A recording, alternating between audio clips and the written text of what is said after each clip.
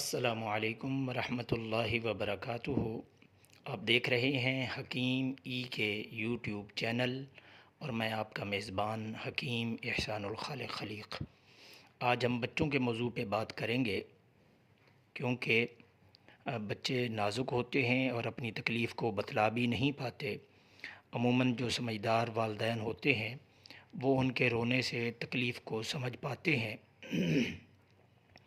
باقی کسی کو سمجھ نہیں آتی یا کوئی ماہر معالج ہو تو۔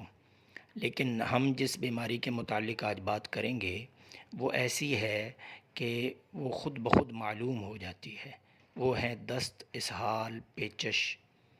یعنی بچے کو جب موشن وغیرہ آتے ہیں تو پتہ چل جاتا ہے کہ اس کو مسئلہ کیا ہے۔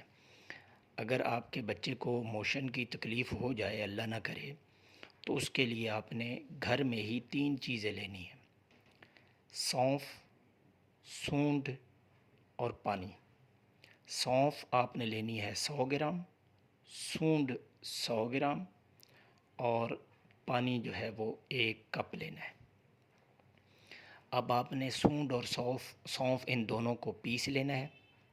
پیس کے ان کو مکس کر لیں اور 1 کپ پانی میں، سادہ پانی میں آپ نے 2 چمچ اس سفوف کے ڈال دینے ہیں، چاولوں والے چمچ۔ 2 چمچ اس میں ڈال کے آپ نے اس کو بائل اچھی طرح کر لینا ہے۔ اچھی طرح بائل کر کے آپ اس کو رکھ لیں، کسی بوتل میں ٹھنڈا کر کے ڈال لیں۔ جب بھی بچے کو موشن لگے، کسی بھی بچے کو، اگر اس کی عمر 1 سال سے کم ہے تو آدھا چمچ صبح دوپہر شام دیں۔ انشاءاللہ 1-2 خوراکوں سے معاملہ حل ہو جائے گا۔ اگر 1 سال سے زیادہ اس کی عمر ہے تو پھر اس کو 1 چمچ صبح دوپہر شام دیں، چائے والا چمچ۔